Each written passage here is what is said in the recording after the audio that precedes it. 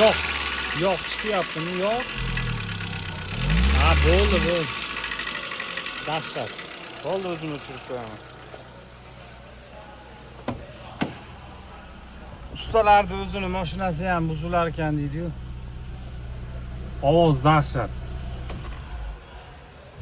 Nimadan deyapsiz endi?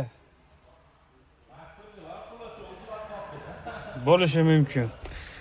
Variantlar ko'p, rasportval kulachov bo'lishi ham mumkin, rasportval galovkan tunnelida o'ynayotgan bo'lishi ham mumkin. Fikringlar qoldirib turinglar-chi, kimi nimasi fikri to'g'ri chiqadi. Meni taxminim shu kulachov yeyilib ketgan.